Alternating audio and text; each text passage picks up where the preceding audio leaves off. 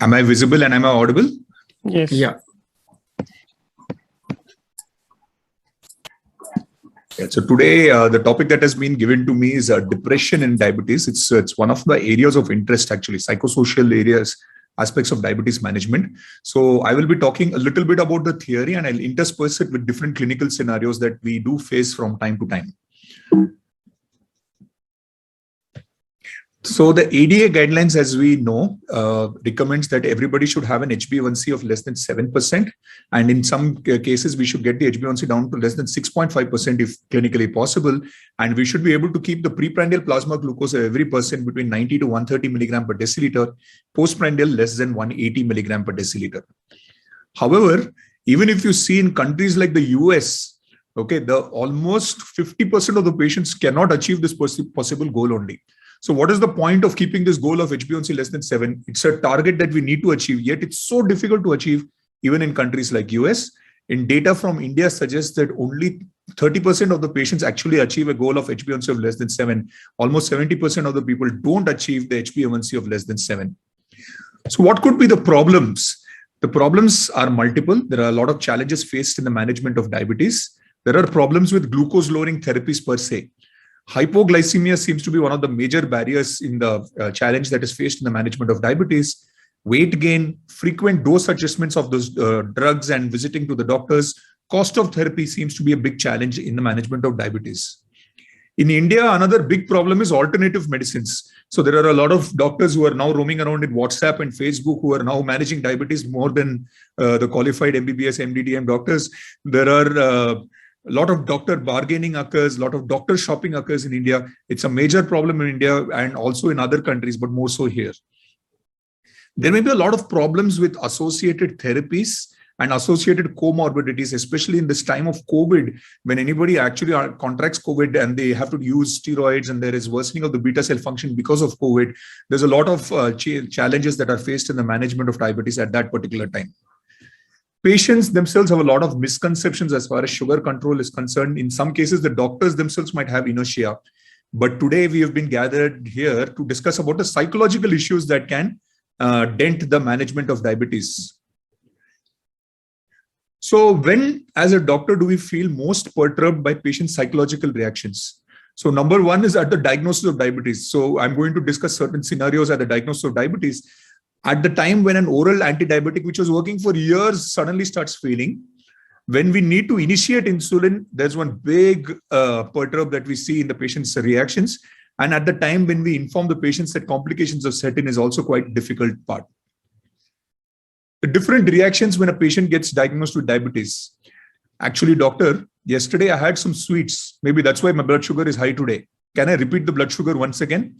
This is one common reaction that we see on our day-to-day basis. Maybe I should take a second opinion. Maybe this doctor doesn't know what the definition of diabetes is. That's what people think. Diabetes? You mean I'm going to die soon? That's what people start talking about. There are many people who go into denial. This lab must be wrong. I cannot have diabetes for sure. And some patients go into a different sort of guilt only. My parents, they didn't leave me any money. They just left me with diabetes and gone, and they start getting depressed.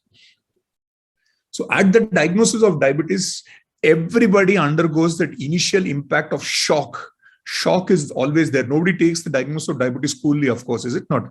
Many people go into loss and grief sensation. Many people go into a denial phase. And finally, some amount of anxiety and depression sets in. 20 to 25% of patients will experience some amount of psychological symptoms. And if these reactions last too long, they can have a huge negative effect on the illness. The family also must adjust to increasing stress, changing in the nature of the relationships, changing in family structure or roles. They might have some lost income initially because the patient starts getting depressed. So diabetes is a illness which will address the psyche of not only the person who is involved, but also the family. Let's get to depression now. Now, is depression the chicken or the egg? So does depression cause diabetes or does diabetes cause depression? Well, it is by manual. So both sides are true here. Depression is a risk factor for the onset of type 2 diabetes mellitus. Lots of meta-analysis show that almost 37% increased risk of developing type 2 diabetes is there in patients who already have depression. The opposite is also true. In those patients who have diabetes as compared to those who do not have diabetes, the odds of developing depression is doubled.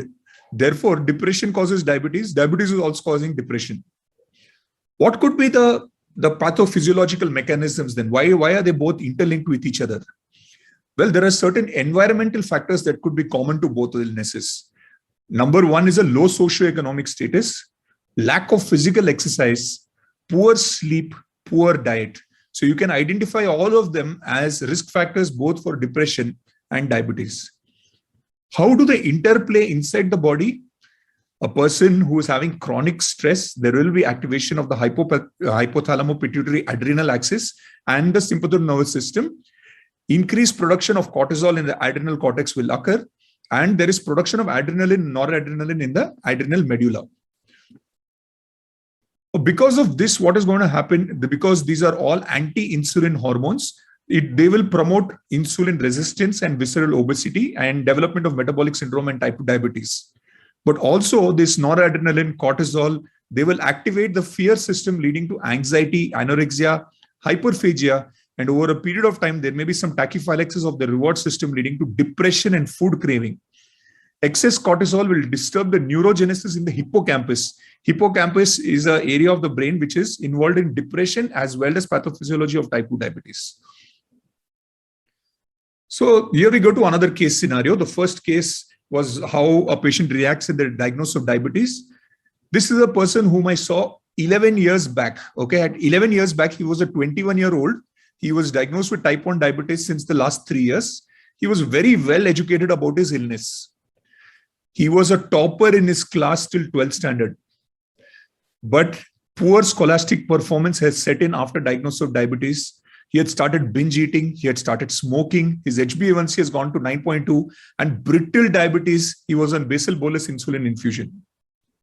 So we did change this patient to an insulin pump, but a prolonged psychological counseling was done, and even fluoxetine was added in the treatment of this particular case. Presently, this gentleman is 32 years old. His HbA1c is 6.8%. So it's very, very difficult to get in type 1 diabetes with such a beautiful sugar control, with no microvascular and no macrovascular complications yet. And what was more professionally satisfying for me is he has now become a COO of a multinational company and is probably earning much more than even I am. Type 1 diabetes as a background for depression is a very, very peculiar case, is it not? Because there is development of diabetes at the childhood, during early adulthood. There's a necessity for frequent monitoring of the glycemia, necessity to adjust the insulin doses, diet, physical activity. Therefore, children and adolescents with diabetes have a 2 or 3 times greater prevalence of developing depression than youth without diabetes. It's a very, very serious problem. Often, depression is not recognized by either the physician or the other diabetes care providers. It's very common. Even if you have to think about how many questions whether the patient might be having signs of depression. There are a lot of consequences of untreated depression and diabetes. There's a lower quality of life. Even if the complications don't set in, also the patients will have a lower quality of life. The hyperglycemia and diabetes-related complications are much more higher in patients who have depression and diabetes. More hospital admissions, higher mortality rates, increased medical costs, and more days in the bed with loss of productivity have all been seen as consequences of untreated depression and diabetes. The cardiac risk factors, those people who have major depression are more likely to have 3 or more cardiac risk factors, which include smoking, body mass index of greater than 30, HbA1c of greater than 8%, and sedentary lifestyle. More and more patients with diabetes and major depression tend to be smokers as compared to those with diabetes and no depression, increasing the cardiovascular risk. And definitely those people with depression, they tend to be having an increased prevalence of obesity as compared to those diabetics who do not have depression. Most of the patients with diabetes and depression, they have plenty of non-specific symptoms for which there can be no other particular scenario. For example, many patients, they complain of feeling faintness, their blurring of vision will be there, even though their retina and their lens are absolutely normal. Daytime sleepiness may be there. These can be more commonly found in those people who have major depression as compared to those who don't have depression. All diabetes complications, they seem to be somehow increased in patients with depression. Definitely neuropathy and sexual dysfunction, they seem to be much higher in patients with depression as compared with diabetes and no depression. Here is another case. This particular person I have seen only 3 days back, actually. So it's a 54-year-old man. He's having type 2 diabetes for the last 8 years. He's using basal insulin 14 units. He was using glimepiride 4 milligrams, metformin. He's using 850 twice a day, SGLT2 inhibitors, ARBs, statins. His HbA1c continues to be 9.4%. When I spoke to him, he has a very poor compliance with self-monitoring of blood glucose, and he never does titration of insulin, and his medication use also, he's giving up drugs many times. He actually lost his spouse due to COVID-19 7 months back. Now, that was a horrific situation for any person. He lives alone because his children are all now studying abroad. He's abundant wealth. He has a lot of money, but he's sitting lonely in the house. And therefore, he is a case of having severe depression. We did psychological counseling for him, and his HbA1c, when he came 3 days back to me, was 7.7% on the same regime. So we didn't change the insulin. We probably titrated the insulin around 2 to 4 units only. Still on the same regimen. When he came 3 days back, his HbA1c was 7.7%. Depression and diabetes will reduce the medication adherence. That's what this particular case also showed. Oral hypoglycemics, lipid-lowering medications, ACE inhibitors, all the medication adherence seems to be much lower in those people who are having depression as compared to those who don't have. Another inpatient scenario of 56-year-old lady. Just imagine the psychological state of this patient. She has CA breast, post-mastectomy, chemotherapy has been done, radiotherapy has been done, and she has been admitted for intravenous steroids for iatrogenic neuropathy, and then endocrine reference was given, and her blood sugars were all over the place. The same day, whatever she ate, her blood sugar used to go high at one time, then it used to go low at one time, and referral was given. So obviously, we had to do certain changes in the treatment, her insulin regimen, but what we obviously saw that she was having a lot of depression about her cancer, her diabetes, her hypertension, her side effects, about the salt-restricted diet and low glycemic index foods. She frequently used to skip feeds, and she used to go into tears many of the times. So I treated her with insulin. I got the psychologist in the hospital to come and speak to that particular patient.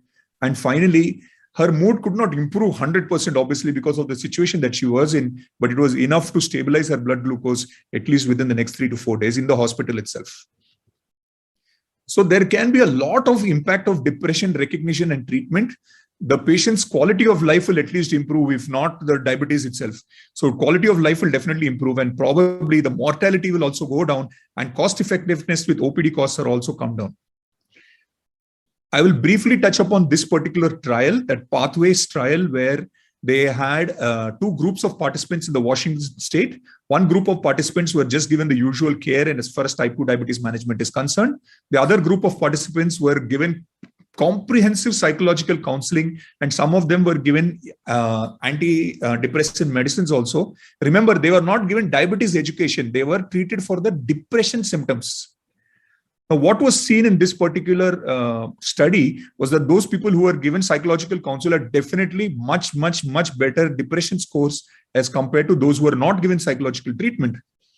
The HbA1c was not different in both the groups because both the groups were managed equally with anti-diabetic drugs. So HbA1c was same in the intervention group as well as the control group. But what was seen definitely is the quality of life of the patients in those who were given psychological counseling, and the cost of treatment was definitely lesser in those people who were given counseling as compared to those who were not given any counseling. Multiple studies have shown the efficacy trials of medications for depression and diabetes. All of them, they improve the quality of life, they improve the depression. Perhaps they don't do much for the HbA1c control. But psychotherapies and cognitive behavioral therapies, they help in even HbA1c control along with the depression control. Therefore, it makes it a very important case that people with diabetes should be screened for depression and treated if necessary, at least with psychotherapy. A lot of adherence issues have to be maintained. We need to inform the patient about the possible depression. We need to get some behavioral skills. We need somebody to motivate the patient, and therefore we should be able to achieve the desired health behavior. So with that, I would like to summarize my talk by saying that there is increased prevalence of diabetes in patients who have depression. There is increased prevalence of depression in people who have diabetes. Depression will worsen the outcome and the complications of type 2 diabetes. Awareness, education, psychotherapy, in some cases, pharmacotherapy will help in better outcomes and reducing the cost of care. Thank you.